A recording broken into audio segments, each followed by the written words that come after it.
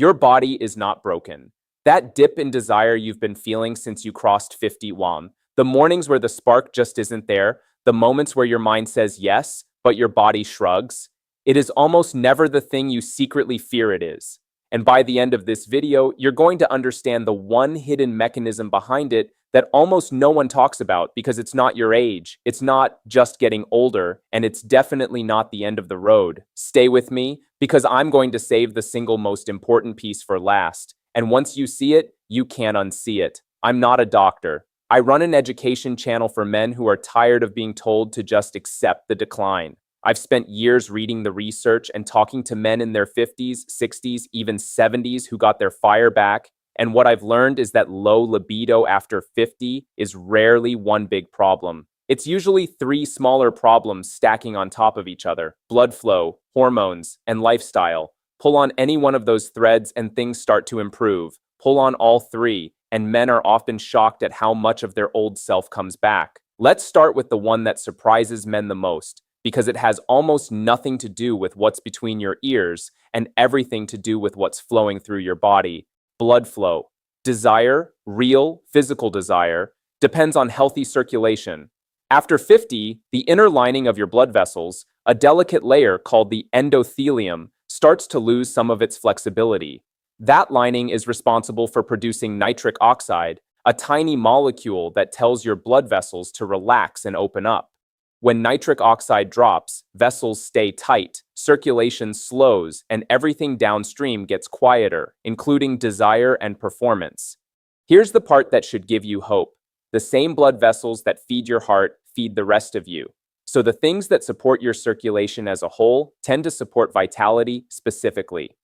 This is why doctors sometimes say that a man's libido is the canary in the coal mine for his heart. It's not a flaw, it's a signal. So how do you support nitric oxide in circulation naturally? It starts with movement, but not the kind you might think. You don't need to punish yourself. What the research keeps pointing to is a combination of two things: regular brisk walking and short bursts of more intense effort. Picture this. A man I'll call Frank, 61, told me he'd basically written this part of his life off. He started doing nothing more than a 25-minute walk after dinner, and twice a week he'd add 30 seconds of walking as fast as he comfortably could, then slow down, then repeat that a handful of times. Within about 6 weeks, he said he felt warmer, more energetic, and the spark he thought was gone started flickering back.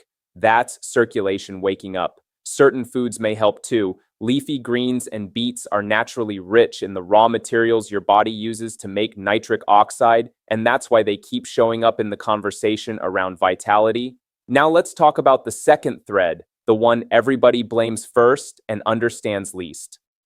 Hormones.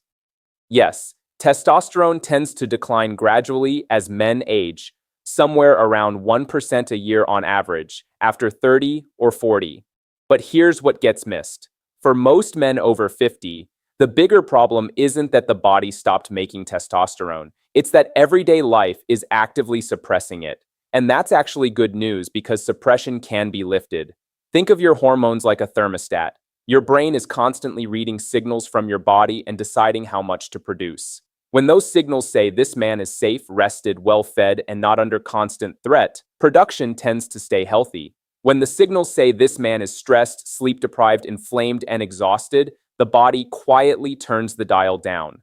From your body's point of view, that's not a malfunction. It's protection. It's prioritizing survival over vitality.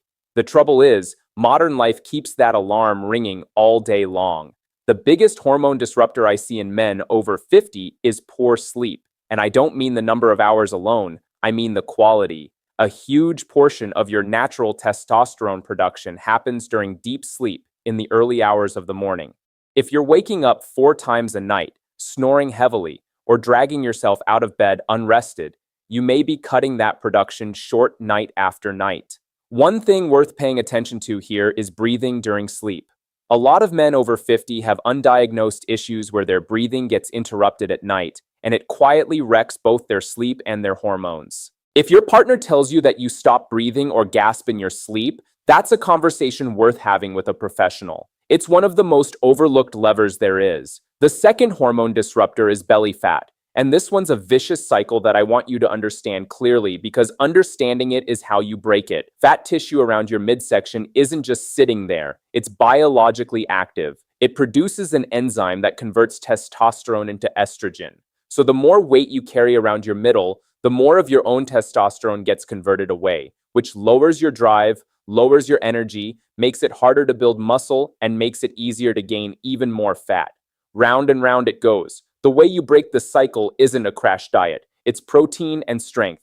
Eating enough protein and doing some form of resistance training, even just body weight squats, push-ups against a counter, and carrying something heavy a couple times a week sends a powerful signal to your body to hold on to muscle and rebalance those hormones. And if you want faster, longer-lasting results, I've put the exact natural support I recommend in the link below this video. It's the same approach I walk men through, and it's designed to work alongside everything I'm describing here, not replace the fundamentals, but accelerate them. Now, the third thread, lifestyle, and this is where most of the everyday damage actually happens. Stress is the big one. When you're under chronic stress, your body pumps out cortisol, and cortisol and testosterone work like a seesaw. When one goes up and stays up, the other tends to come down. A man who is wound tight from morning to night, never truly switching off, is essentially marinating his system in the one hormone that suppresses his desire. This is why some men notice their libido magically returns on the second week of a relaxing vacation. It's not the beach, it's the cortisol finally coming down. You don't need a vacation to get that benefit. Even 10 minutes a day of slow breathing, sitting quietly, walking without your phone, or simply doing something you genuinely enjoy can start to lower that background stress. Alcohol is another quiet thief. A glass of wine now and then is one thing, but regular heavier drinking can interfere with both testosterone production and sleep quality at the same time, a double hit. Many men find that simply cutting back, not even quitting, brings noticeable changes within weeks. And then there's the medication piece, and I want to be careful and clear here. A number of common prescriptions can affect libido as a side effect. I am not telling you to stop anything, and you should never stop a prescribed medication on your own. But it is completely reasonable to ask your doctor, could any of what I'm taking be affecting this part of my life? And are there alternatives? That's an empowered question, and good doctors welcome it. Now here's the part I promised you at the very beginning. The single most important point, the one that ties everything together. Are you ready? It's this. Your libido is not a switch, it's a scoreboard. It is your body's honest, real-time report card on your overall vitality. When desire drops, your body isn't betraying you. It's telling you the truth about your circulation, your sleep, your stress, and your hormones. And that completely changes the game because a scoreboard can be moved. Every walk, every good night's sleep, every meal with real protein, every stressful thing you let go of, they all show up on that scoreboard. You are not fighting your age. You are reading a signal and responding to it. The men who get their vitality back are not the lucky ones. They're the ones who stopped seeing this as a verdict and started seeing it as feedback. So let's make it simple because I don't want you to close this video feeling overwhelmed. Pick 3 things starting this week. First, move your body daily. A walk after dinner counts, and add a few short bursts of effort when you can. Second, protect your sleep like it's your most valuable asset, because for your hormones, it is. Third, take 10 minutes a day to lower your stress, deliberately, every single day. Do those 3 things consistently and give your body a few weeks. Most men are genuinely surprised by how much can come back when they stop blaming their age and start supporting their biology. And if you're ready to take this seriously and you want that faster, longer lasting result, the natural support I personally recommend is waiting for you in the link below this video. Go take a look after you finish here. It's the simplest next step you can take today. Listen to me before you go.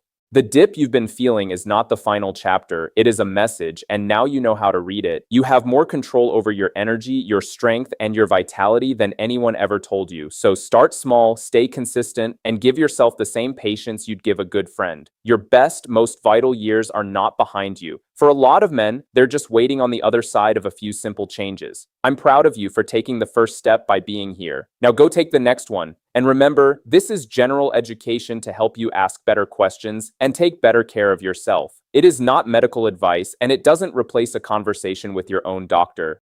Take care of yourself, my friend. You're worth the effort.